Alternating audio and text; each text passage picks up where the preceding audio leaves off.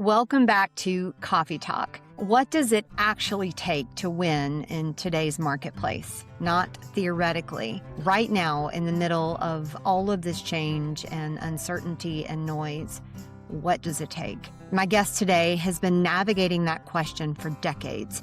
He started at Xerox back when the internet was barely a thing, built sales organizations from the ground up, scaled a company from 23 million to over 100 million, and he is currently leading a full transformation at FinListics as their chief strategy officer. He has seen every market shift this industry has thrown at us, and he's still in the room, still learning, and still winning. In this conversation, Kevin Armstrong and I get into what it really looks like to show up, to stand out and stay relevant, whether you're mid-career, navigating a transition, or just trying to figure out your next move. And we get into something that I think is going to land with a lot of you, that you can be competitive, driven, and relentless and still be a really good human. You don't have to choose. This one left me with a lot to think about. I think it'll do the same for you. Let's get into it. Kevin Armstrong, welcome to Coffee Talk. I can't tell you how happy I am to be here. So thank you. Thank you for having me. Of course. I am so thrilled to be having this conversation with you. Every time we chat, I honestly feel like I walk away a little bit better than you found me. So thank you for all of our chats and all of your insights that you always just pour out. You are a walking mentor. So thank you so much for joining us today. I know we're all gonna, as I said, be a little bit better. I feel like I need entrance music with all of that buildup. So thank you for such a kind introduction. All right. Before we get into it, let's take a second, introduce yourself to our listeners, tell them who you are. So Kevin Armstrong, I'm a Pisces. I like long walks on the beach. No, Kevin Armstrong. I know very, very many people in our ecosystem that you and I run into at a lot of these shows because I've been fortunate enough to be around the technology ecosystem, specifically the Microsoft Dynamics ecosystem for well over 20 years. As you said, I am the Chief Strategy Officer at FinListics. We're an AI company and doing some wonderful things, but that's not what we're here to talk about today. Decades now watching evolution, watching innovation, learning from people, and really living, a great career within this ecosystem that you and I kind of coexist within. So really, really excited to have a conversation with you and see where we go with it. Before we get into anything tactical, you've been in technology, as you said, for a long time. And I'm curious, when you look back at the arc of your career, what is the word that comes up for you? Grateful. Grateful is the word. And I can click into that and tell you why. It's such a great question because when I think back, I've been in several companies, but I've been a part of so many incredible teams. And the thing that really strikes me at this point of my career and why I say grateful is it's not just grateful for the people and the companies and the lessons learned. It's grateful that we get to do this. I'm grateful that we are in the rooms that we're in, that we're at the tables that we're at we're at the intersection of so much innovation, that we're, experience the things we experience, that we get to have the conversations that we get to have, that my life has been impacted by so many incredible leaders and sellers. And I'm just grateful. I'm grateful to have had this journey. That is such a powerful word. And that word is not one that a lot of people may use after having such a long-standing career. It's one that I certainly use, but it is such a powerful word. And I think if I can dig into that a little bit, if we can wake up every day with that mindset of just being grateful to be here, to have these conversations, to be in these relationships, to have this product, to have this business that we get to dig into, we get to innovate, we get to grow, I think that helps you put one foot in front of the other when it gets a little bit dodgy. And it's dodgy for a lot of people right now. There have been some real inflection points for you in your career. Were there moments where you genuinely didn't know how it was going to go? Yeah, many of them. I'll start with one that I don't know that you and I have ever really discussed, but the very beginning of my career was an unknown. I was fortunate enough to play baseball at a professional level, but when you come out of athletics and you're in college and you're trying to, I had it all figured out. I had it figured out from the time I was 5, 6 years old. My parents took me to Yankee Stadium. Matter of fact, right here over my shoulder is Thurman Munson. He was a catcher for the Yankees back in the 70s. And I never forget it. I literally knew what my life was going to turn out to be because at bat day in 1976, I got a Thurman Munson bat at Yankee Stadium. That day, I said to my dad, I said, I'm going to be a catcher. I'm going to play professional baseball. Right. I have a picture from that day, which is so cool that I have that. So I had it all figured out. I was going to be an athlete. I was going to be a baseball player. I was going to do all of the things that I had in my head. And thankfully, a lot of that worked out. But then I had to figure out what was next. And, I was very, very fortunate early in my career to have an opportunity to work at Xerox. Yeah. And, that was super interesting because back then, this is before the internet, right? This is like the internet is just starting. So, they were very, very well known for being one of the top sales organizations in the world. And so I had this incredible good fortune of being based in the Washington, D.C. area with Xerox. I'm still very, very close with a lot of the people who I came up with in the selling organization and even some of the leaders from back then. They had this thing called Xerox Document Center University right there in Leesburg, Virginia. And people have heard of things like the GUI and the mouse and how Xerox designed and created those things out at the Park Research Center. But they also had this incredible learning center.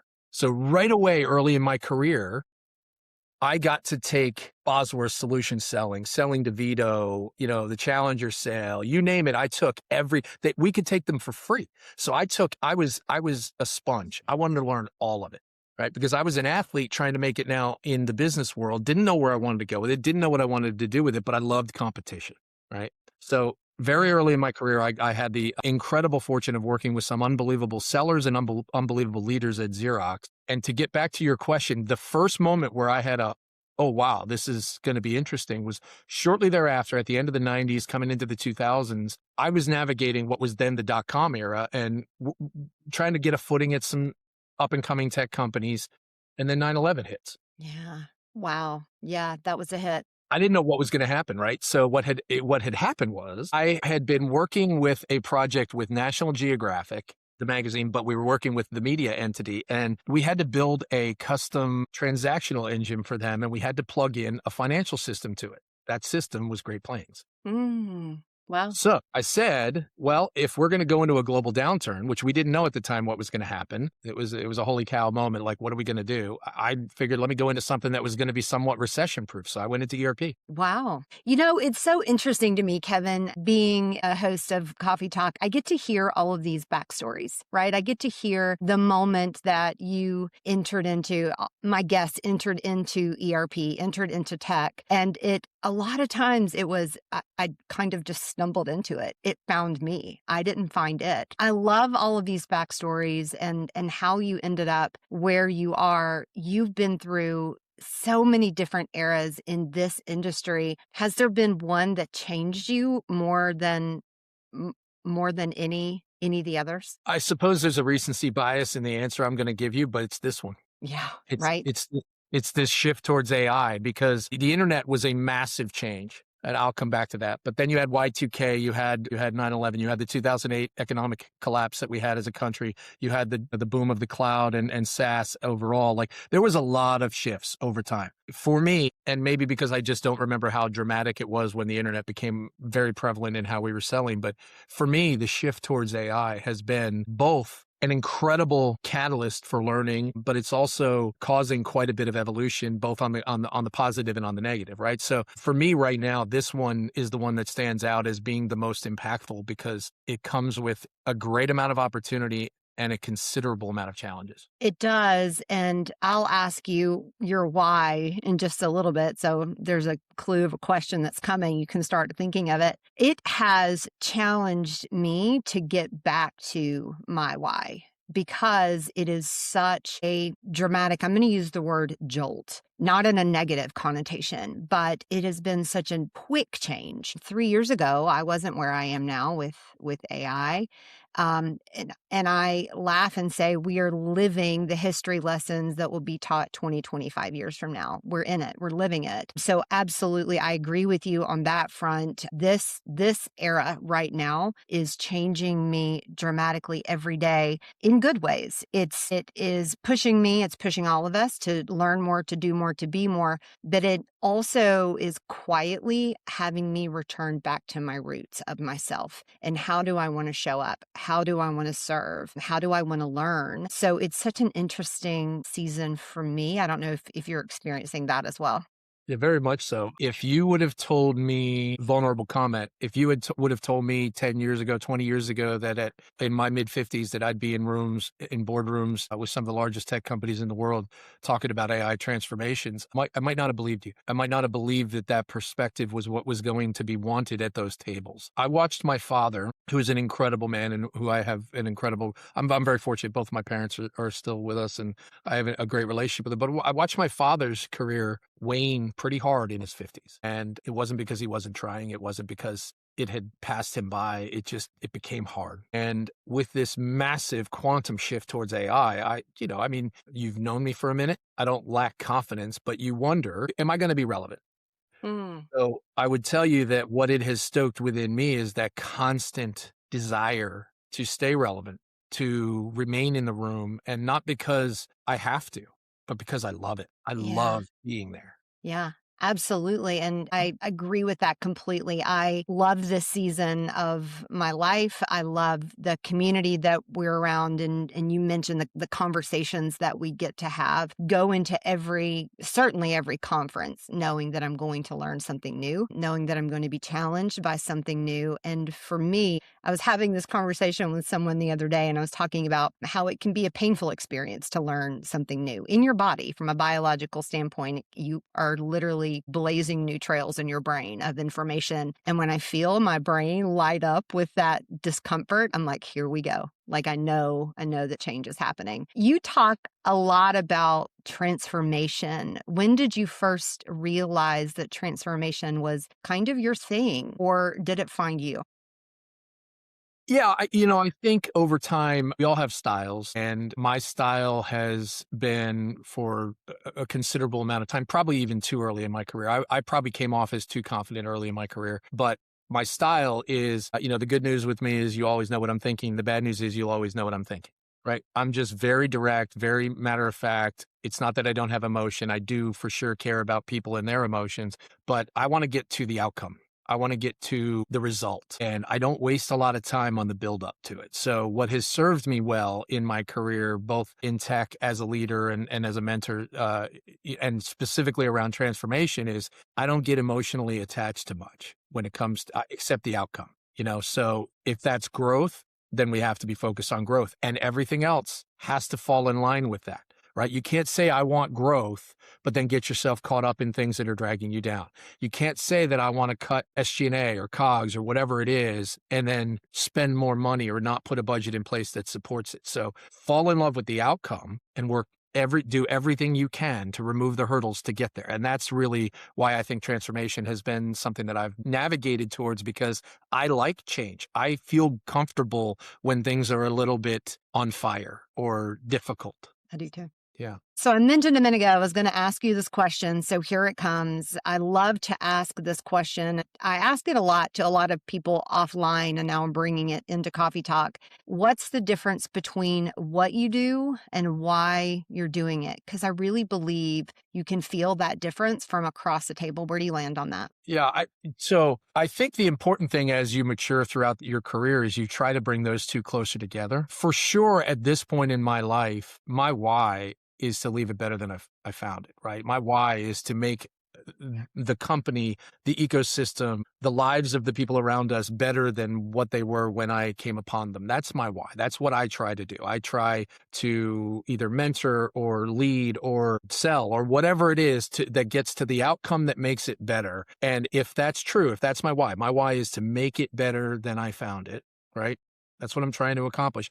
Then everything else has to follow that. Earlier in my career, when you're headstrong or when you're aggressive and the aggressive part of you is what is your leading factor, well, you tend to not recognize the impact that you have both positively and negatively. I was given a gift by a executive coach one time, and if she sees this, she'll know who she's talking about because her words are on a whiteboard right next to me right now. And it was a gift. She said to me, she said, "Kevin, you have an incredible impact, both positively and negatively." She said, "Your words can impact and uplift and tear down and you could be trying to say the exact same thing she said, it's how you say it. And that for me as part, because we're never done evolving. I try to evolve every day, right? Yeah.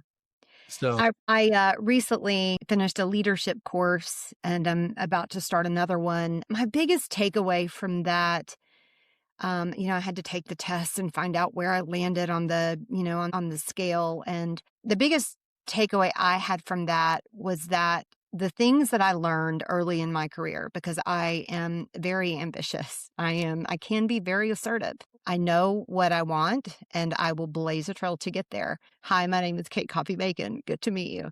But the thing that I learned in that course is that those characteristics that I learned early in my career won't necessarily serve me as I move into the next phase of my career as more of an upper level leadership. So I'm in this very transparently, I'm in this uncomfortable phase right now of learning how to navigate with that in mind. And as you said, I can tear it down or I can build it up. And it all depends on the delivery behind what I'm trying to say. And also, Kevin, taking that one step further, knowing and understanding who I'm talking to and how they need to and not want to need to receive a message. And that knowing, I think there's a lot of power in that. Yeah, and I think so comment on your journey. I would say that I've said this to you in private, but I'm going to say it on Coffee Talk.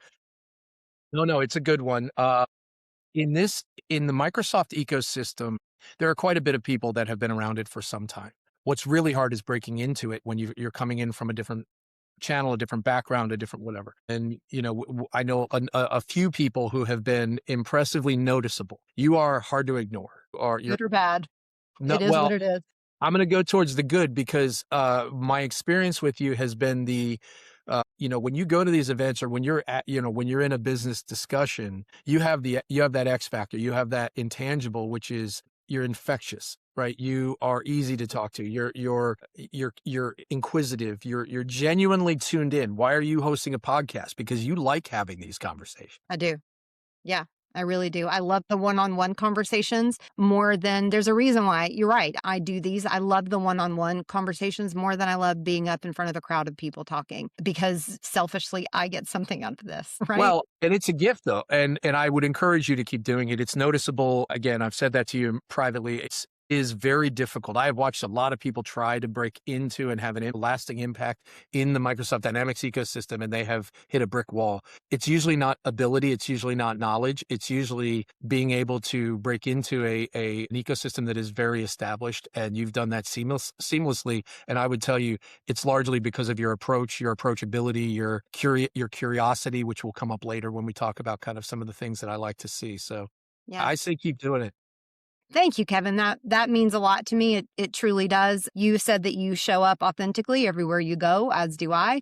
If my mouth doesn't say it, my face is going to, so my mouth but might as well just go ahead and say it. So I just, I show up and speak. So I do want to get into something right now because I know you think a lot about what it actually takes to win. That's kind of the preface of this episode, not theoretically. In today's market, what are the things you keep coming back to right now? We are in the midst of so much change. For sure. And in so many ways. So when you talk about change, what strikes me lately, it's not just the people who are in role, who are trying to evolve with a shifting marketplace, messaging that they're not quite used to, moving away from product and more towards concepts like AI and how the solutions can impact their clients and whatnot, moving away from a heavy services model. Like, think about all of the different changes that they're going through, but it's more than that. It's people who are evolving in their careers and trying to decide, man, do I even want to keep doing this? It's younger generations who are trying to make their way into the job market. The job market is brutally difficult right now. Right. So I would tell you, I get asked quite a bit to do mentoring sessions or to offer advice or whatever. I have one key element that is a must for me. It's non-negotiable. I always want to do at least one, if not multiple team sessions, Zoom meetings, whatever, because I want to actually talk with the person before I start giving them some advice. Right. And what I have found is people are really struggling right now to try to navigate this ecosystem. And I think it's a number of different things. But what I would say maybe after we get through some of these, I'll give you kind of what I would be doing if I were them. But the first thing is control your variables. Have an idea of who it is that you want to be, what it is that you want to accomplish, where you think you can make the biggest impact. And with that, controlling your variables, there's a number of different things that I think really I think lead towards success. And the first one is be curious. Be curious. Don't stop learning. Stay in discovery mode. And that's not just per deal. That's every day, right? We should be evolving as people. We've used the word evolution. We've said evolve, but what does that mean? I'll stick on AI for a second. I use Claude. I use OpenAI, so ChatGPT. I use Gemini. I use Jasper. I use Perplexity. I use Manus. I use Grok from time to time for different things. I use all of them, right? And what I try to do literally every single day is if I'm working on something, I put it into different models. I see what it gives me, right? I then take that and morph that. I ask the follow-on questions. Prompting is great because it's like my own little therapist. I can adjust my thought process. I can ask the what if question. I can ask the follow-on question, right? But I'm doing that because I'm curious. I'm curious about the business I'm in. I'm curious about the world we're living in. I'm curious about what the impact of the closing of the Strait of Hormuz is going to have on supply chains globally. I'm interested in all of it. Yeah. Right. And that's me. Imagine if we all did that and remained curious, how much more compelling stuff would make its way into our dialogue every day. Of these ideas that you have around what it takes to be successful and what it takes to evolve right now, you landed on curiosity first. Why does that one come up first for you? Because I think people get stale. I think when stress hits, and I think when you're trying to figure out what that next step is, there's a whole lot of whataboutism. There's a whole lot of why me. There's a whole lot of I'm not sure what I want to do anymore. Whether it's my friends who are close to retirement age and have been working for many, many years and are trying to look at that, or whether it's a young, recently graduated student or somebody in their third job. I don't know. I see a lot of the same trends, and one of those trends is just getting stuck. Yeah. And staying curious and asking questions and digging into, again, going back to the why and the how come and what's next keeps you learning. I have a stack of books, 4 books that I'm in right now. Actually 5, because my daughter and I just decided to read a good old fiction piece together. I am contagiously curious. I ask a lot of questions. I ask a lot of whys. I probably drove my parents crazy when I was a kid. Now we have our phones at our fingertips and we can find out why in a moment's notice. So I absolutely agree with you. And I'll take it a step further. I have a new set of younger professionals that are starting with us and now in the coming months. And I trust them a little bit more when they find out answers on their own. And they show up to me in a conversation with me, ready and prepared to have a conversation because they've been curious. Because they didn't just ask me, how do I do this? They say, I looked at it, I did the research, I found out how to do this, and maybe we can do it this way instead. And I'm like, all right, we're going to be great together. We're going to do great work together because of that curiosity. 100%. Yeah. And also that preparedness, coming to the conversation ready to have insights, giving me a little bit more than I had before.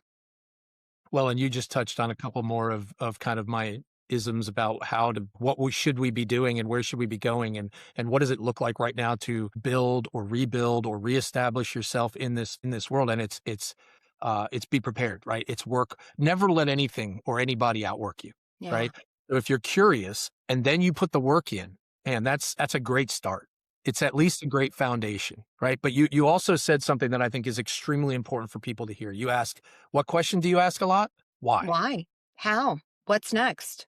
So think about how many great things happen when you are curious, genuinely curious too, genuinely curious. And you ask the question, why? We want to cut our costs in this area. Why? What are you hoping to accomplish with that?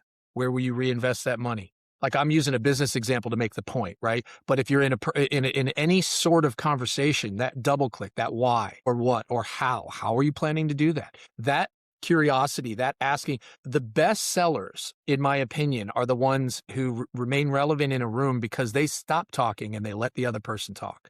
And the best way to do that is to keep asking those follow-on questions. Okay, you've said you want to accomplish this, but why? How are you going to do that? What is it going to get you on the other end of that? What are you not going to do because you're focused on this, right? So that curiosity and that hard work mentality, it goes back to sports for me. A lot of things go back to sports for me. 2021 was the first year that I was not on a field as a player or a coach. I was done coaching my kids for that finally, but it was the first year that I was not on a field, a baseball field, a football field, soccer field, you name it, but primarily baseball since 1978. So that experience and the gifts that I got from athletics, the togetherness, the passion, the winning, the losing, the teamwork, the hard work, embrace the hard things, all of it, right? That all comes from sports, and it is so appropriate in business. Yeah. Yeah, I can see that. And I'm not a sports person. Kevin, don't be mad at me about that. No. I'm not a sports person. But I was at another leadership meeting and they were saying I'll use football. I'm probably going to completely butcher this, but they were using football as an example. And they were talking about players and how they train for hours, for weeks, for months, for 4 to 5 minutes of playtime on a field. And it's the preparation, the intention that goes into that action time of 4 to 5 minutes that makes all the difference. So the point you're making, I've told this story many, many, many, many times over the years. I call that the practice to performance ratio. The practice to performance ratio for sports is heavily weighted towards practice. The practice to performance ratio, specifically in selling, is typically heavily weighted towards performance. We typically throw somebody to the wolves and tell them, hey, go get it done, right? So that means if you're a leader or even for your own journey, focus on preparation, focus on learning, focus on building something that I've referred to as your personal value equation. What is your personal value equation? You should be investing in that. Your company should be investing in that. Your leaders should be investing in that. And we should be building an approach around preparing well to perform optimally. Yeah. One of our culture fundamentals at UST is to be more prepared than anybody else. We have 12 culture fundamentals that we live by, that I'll use the word perform by.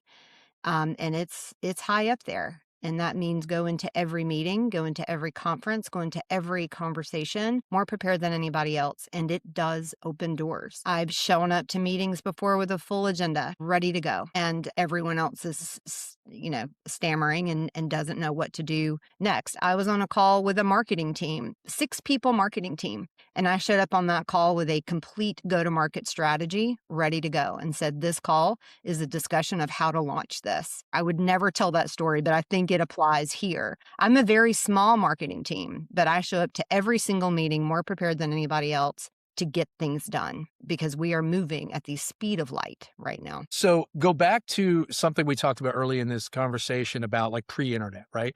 Back then, your value equation was you were the conduit to information, right? They didn't have a way.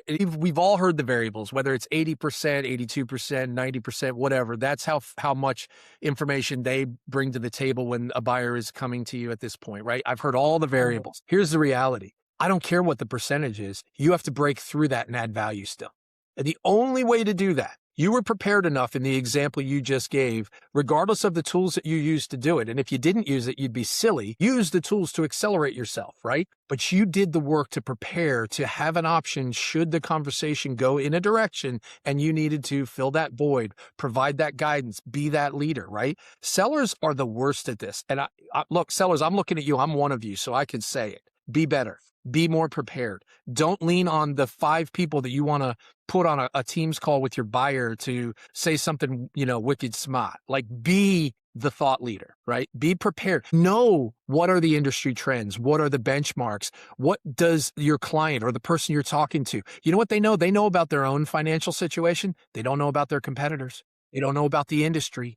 They don't know what 1% improvement across that metric could get them. That's the ROI. That's the internal rate of return. That's the things that you should be preparing for before you get on the phone with them, because you're going to be fighting that in your deal every single time. So let's get tactical. Yep. With this idea of preparation. What does real preparation look like right now? In a world where everyone has access to the same tools, AI, information. But I have ideas, but what do you think? Yeah. What does that look like right now? Well, I think it starts with this. I think we've done a disservice by saying and leaving this impression that it's, that AI is either a good thing or a bad thing or what. There's a lot of opinions, right? I also think we've done a disservice to make it sound like it's AI or humans doing an activity, right? The reality of it is it's AI plus humans, right? The AI itself is only ever going to be as good as the data it's pointed at or That's the right. question that you're asking or the prompt that you give it, right? It's a platform that's going to try to please you. Can it get smarter over time? Sure. It's learning. It's learning your trends, your voice, your style. It's learning all that. But how does it look right now? It looks like have a perspective. It looks like the moment that our friends in marketing provide us with a hand raiser. You should have already started, but let's say I start researching not just the company, the industry, the trends, what's going on today in the world. I start bringing that curiosity to building a perspective so that before I make call number one to that buyer, that hand raiser, I have an idea. I may not want to, I can tell you how you're not going to win. Shoving features and functions and product down their throat. That will never win, even if that's what they're looking for, ever. Right. And we know this. That's not new. So it's not like somebody's going to go, oh my God, there's a hot take for you. But what is different are the people who take the time to look at it and say, so they have a problem. I have a solution. It's a great fit. We will compete well and I can win this deal. Said, if you want a hot take, here's the hot take. There's two winners in every deal. The one who wins and the first one out. Okay. So I, as a leader, am always trying to tell people, I'm okay with being the first one out, but that starts before you've even talked to the buyer. Yeah. Got to have a perspective. You got to know, what is my approach going to look like? Am I going to be able to attack this? What's the angle? Do I have enough information to financially justify this initiative? Am I a commodity? If I'm a commodity, then why are they doing it? Right?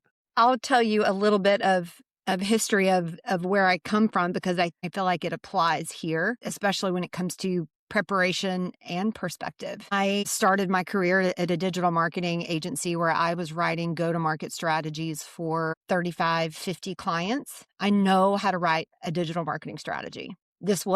We had the internet, we did not have AI. So when it came time to understanding, you want to talk about perspective, understanding the buyers, what their pain points were, and how can my message reach those pain points? That's perspective. That was going out into the field, interviewing people, finding subject matter experts, learning sound equipment. I don't know sound equipment. I had to write a go-to-market strategy for sound equipment. So curiosity, I'm going out there, I'm asking the questions, I'm gathering the information. I had that experience base in the back of my mind. So there is no AI, and I'm going to say what I'm going to say. There is no AI that is ever going to replace the experience that I have with knowing my customers, knowing their needs, their pain points, and not just shoving all of my product features down their throat. They don't care.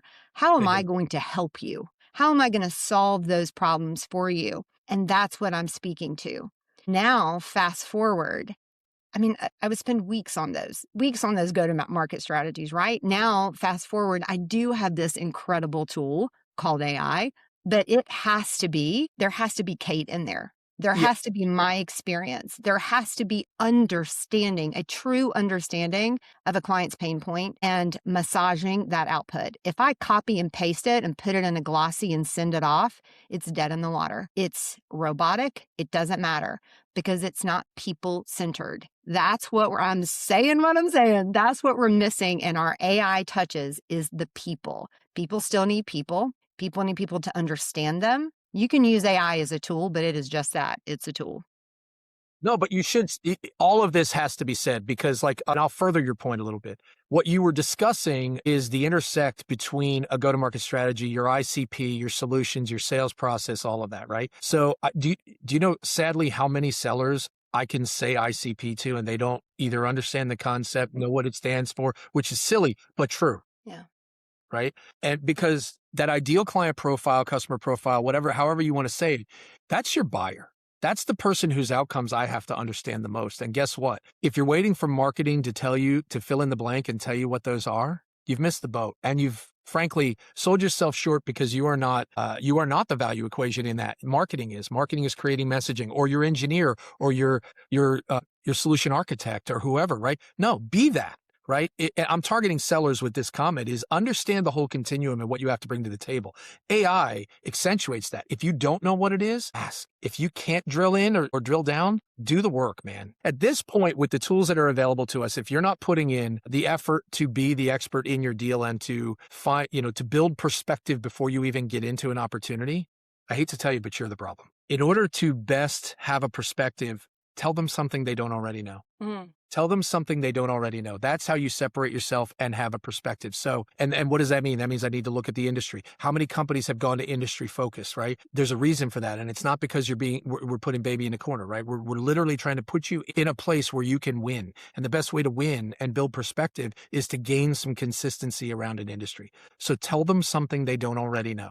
That is the key to having a perspective and getting in the door. On this idea of perspective, I think we kind of already touched on this question a little bit, but how do you develop a point of view that's actually differentiated? How do you get comfortable enough to own it in the room? Well, I think it starts if I'm gonna answer this question in the vein of I'm going to specifically target the Microsoft ecosystem for a second, because I think we have a couple of variables here where I think this will help people. It starts with understanding what the outcomes are that you're trying to achieve. Not what does my product do? Not what are my features and functions? What are the outcomes that I'm trying to achieve, right?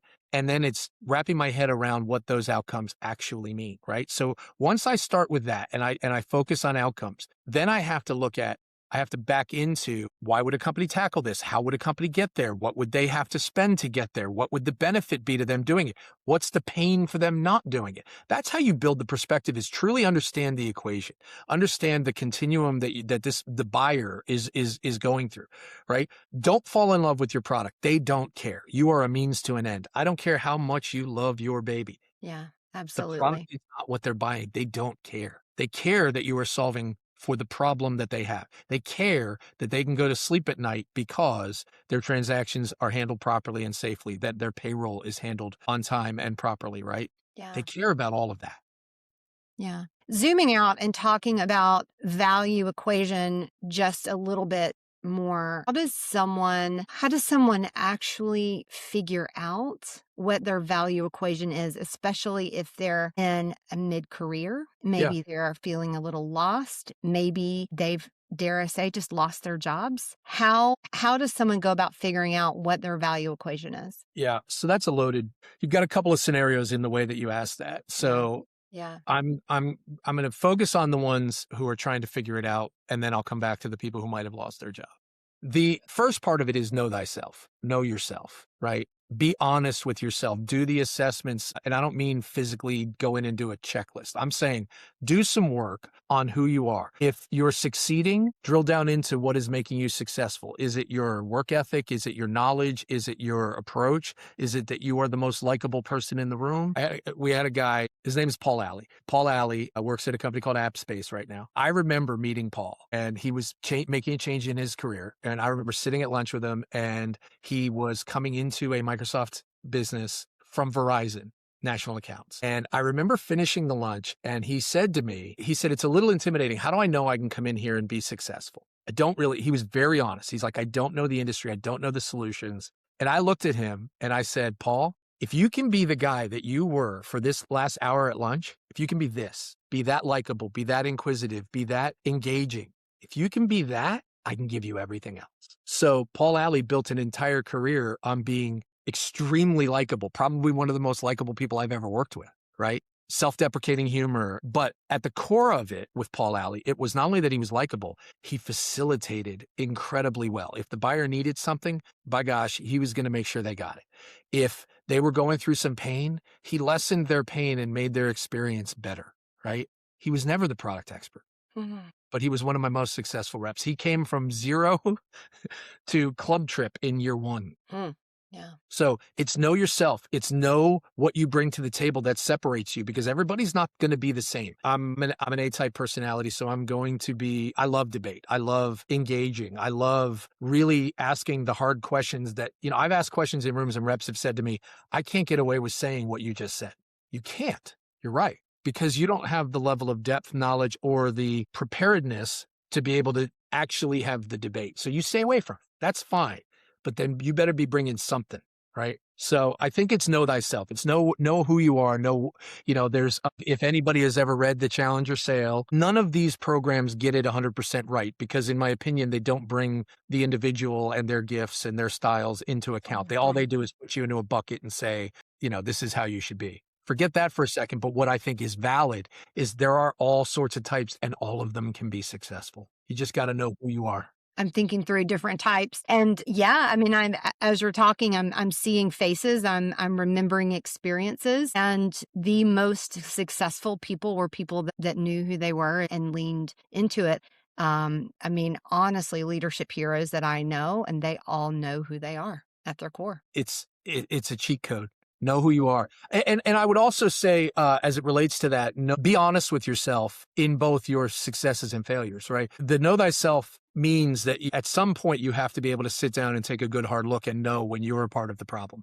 When your approach has gotten off the rails or when your stress has seeped through so much that you've become borderline hard to navigate a sales process with. That happens with frequency, right? And we have to know that and we have to see that. I do want to come back to something you asked, though, and it's the people who are making a change in their career or who might be out of work or who might have been laid off or whatever. The very first thing, because I would still go back to the know thyself, because I think it all is going to come down to that. What is your value equation? What can I bring that is better than most? How do I differentiate myself? But what the one step that I would say is lower your stress. The one thing that I have seen too much of in our world in the last couple of years, I would even go back through COVID, is just a incredible amount of stress. People wearing it, you can feel it. It's very palpable. Stressing about it is never going to fix it.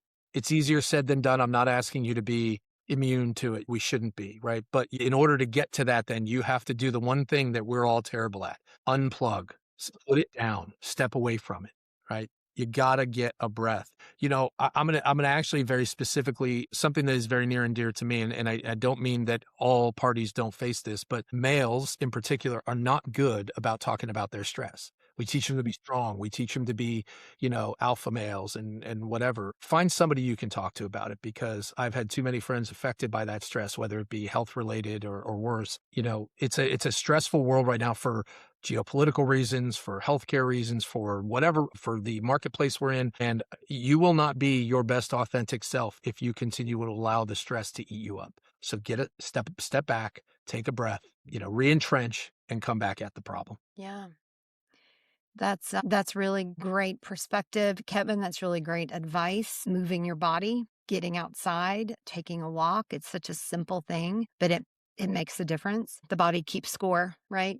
It never forgets. Yeah. Yeah, for sure. Take care of yourself, man. We've only got one go round, right? Yeah. All right. There's a book that I read, did a coffee talk with Brad Pendergast on it about time, and it's Time Management for Mere Mortals. And it isn't a time management book. It's more of we have a set number of weeks that we are here, not a time management, but what are you doing with that time? Where are you plugging in?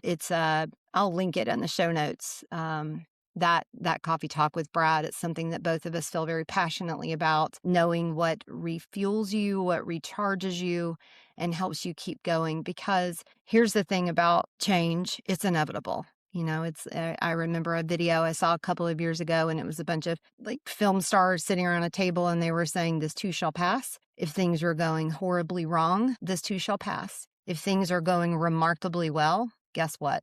This too shall pass. And so finding again, I keep coming back to your why, you're consistent through all of the changes and leaning back into yourself. And I think that's so very important. So that's really, really great advice. I need to put that on my whiteboard to monitor my stress levels. I wear an Oura ring, and some days she's like, let me give you some meditation tactics because your stress is outrageous right now. I think that data is so great, because how often are you in the moment and you don't even realize that like you didn't realize you didn't sleep well or like the data is great, but use the data. Don't let the data consume you. Even that's a great example of it.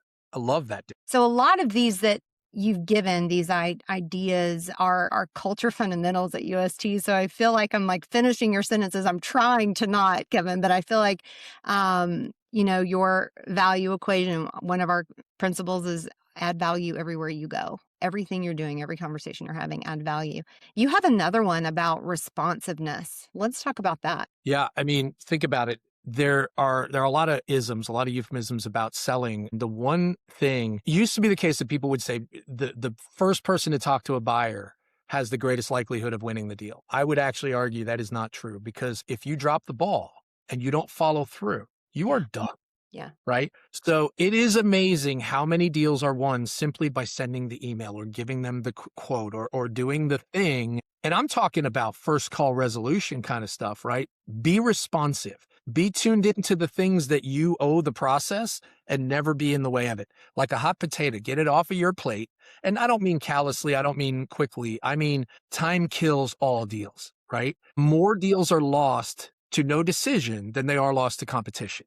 We know this. I say that and people are rolling their eyes like it's not a reality. We all know it's a reality, and yet we continually are slow, right? Be passionate about being responsive, about, people lose control of their deals. When they lose control of their deals, when they stop communicating or stop delivering on the things that are on your plate to deliver. Because if I owe you something and I have delivered every part of that, guess what I have the ability to do? Ask for things in return. Yeah. Yeah. So simple, right? But I see it all the time. It's like bad habits that resurface. That hope is not a strategy. There's another great business book. Hope is not a strategy. You can't hope that things are just going to work themselves out. Or, I don't want to get, I know I told them I would get them that information. Whatever the answer is, bad news doesn't age well. If you don't have a good answer, get them that answer. Yeah. Right. But be responsive. I think I mentioned when the internet was coming to be, I remember this big shift because again, you went from conduit to information to now all of a sudden they had all this information. By the way, much like the AI world we're living in, not all of it was accurate. Right. Yeah. Right. Yeah. But now, how do I add value? One of the best ways we can add value, and it is so simple, it is quite literally just discipline. Help them facilitate their process as fast as as the buyer want to be. Because if you can take the deal off the street before anything blows up, you'd be shocked how much your win rate will go up because you facilitated the decision and didn't get mired in no decision. Yeah. Time kills all deals. I feel like that applies beyond sales. That kind of shows up everywhere, right? It does. Yeah. Yeah. We have an intern that started with us at the beginning of in August. And one of my very first sales calls with him, he said, well, Kate, there's fortune in the follow-up. And I said, we are putting that on a t-shirt. I love that. There's fortune in the follow-up. And, I will kind of speak to that a little bit in our follow-ups. I'm a very big give, don't grab mentality. Of course, I want to make the sale. Of course, it's about revenue at the end of the day. But how can I add value? How can I educate? How can I show a potential pain point that could come down the road? But just giving a broader set of information in that give, don't grab. Yeah. Well, and you also, there's a hidden secret, I think, in what you're saying too, which is, give, don't grab. There's a giving in and of itself is an interesting phrase, whether it's giving yourself to a process, giving yourself, to something you're doing. I'm also a believer in, there's a book called The Go-Giver, right? And we're in this world where networking matters, right? And we're also in this world where if you have the opportunity to do something for somebody, and if it's not going to, I'm a big believer in it anyway, but the more you give to anything, the more you'll get back, right? And it sounds so simple, but truly give with no intent to get back and watch how much is going to come back your way, right? So whether that means a referral, whether that means helping somebody get in the door and not expecting anything from it, right? Whatever it is, give of yourself. If that's knowledge, if it's mentoring, if it's a leg up, I think you'll see posts on LinkedIn that I put out there just promoting somebody who may have lost their job or something like that. People will literally, when they get a job, be like, what can I do for you? Nothing. Pay it forward. Yes, please do, right? Because why have a network without using it, right? So I would encourage people, give of yourself to the deal, to the conversation, to the relationship, to the channel, to all of it. Give. We're just a cog. Yeah. We're a part of a bigger piece. And, I get those. I got one today of someone that just lost their job and is looking for another opportunity. And I always say the same thing, my ear is to the ground. And I'm listening. And if I hear of anything, I send it. It is because we're a community, and a community is we're a part of something bigger, and we're feeding, breathing, living community. And so what are you putting into it? We've talked about so many things. Before we wrap, I want to ask you a question very, very directly. If someone is listening to this episode and they're feeling stuck or uncertain, or like the market is just working against them, what do you actually want them to do? Well, I think go back to something that we said earlier, which is take a step back, take a breath, take a moment, find some inner peace. This is, for those of you who've known me for 20 plus years, I'm still that aggressive, guy, but I have found quite a bit of benefit, especially in the last couple of years, in really doing a better job of taking that step away for a moment. And that's the first thing that I tell anybody who's going through that. But the second thing then is, as you're evaluating and re-entrenching and trying to decide what that next step looks like, build a plan and execute to that. Tackle it the same way that you would anything that you've been successful with in life, right? Build a plan. One commonality with younger generation people that I'm surprised about that I meet with right now is this generation has to come into the business world. And I don't care about being in tech or not, and they have to be AI savvy. I am actually disappointed by how many people I talk to that haven't put beyond their course of study at school effort into truly understanding how they can leverage AI to get ahead. So I consistently tell people coming into the job market, I just told you I use 7 or 8 different platforms on the daily, right? They're all different. They all have strengths. They all have weaknesses. They all have different outcomes that you can drive from them, but use them. Because if you can't bring that to the table when you're going into your next job situation, I promise you they're going to notice. They're going to expect that you do if you come from especially the younger generations.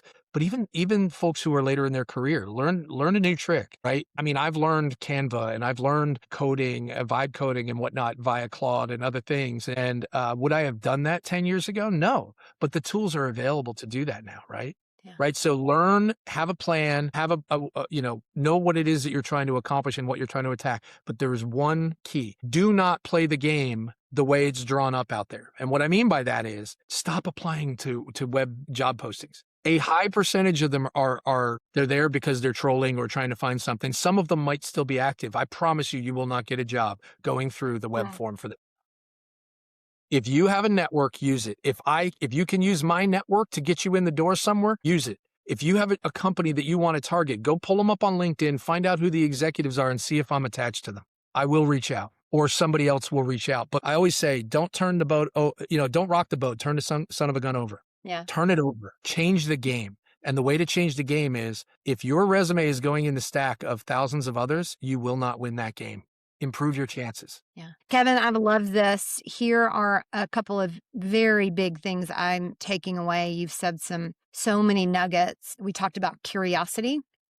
The people that keep asking questions are the ones who keep winning, who keep evolving, who keep learning. We talked about controlling what you can control, preparing, being more prepared than anybody else, responding. It's another one of our culture fundamentals is be a fanatic about response time. Show up with a perspective. That's the whole game. Switching it up, being different, standing out, leveraging a network. There is opportunity. Just reach out to your network, reach out to your community to come alongside you and help you out. Kevin, I'm going to put your LinkedIn in the show notes. Go find Kevin, look him up. If you're not already connected to him, connect. And do you have any final parting words? To wrap, first of all, again, I want to come back to saying thank you. Thank you for the venue. Thank you for doing what you do. Coffey Talk is a wonderful thing. You're a bright light and an energy in the channel, one that I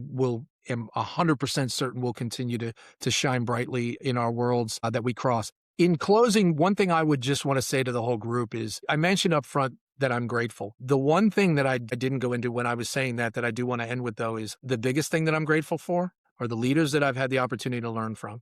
Tony DiBenedetto, Mike Gillis, Warren Patterson. I can go on and on and on with these incredible leaders that I've known, Sam Damasiri, on and on and on, right? And I'm talking at Microsoft as well.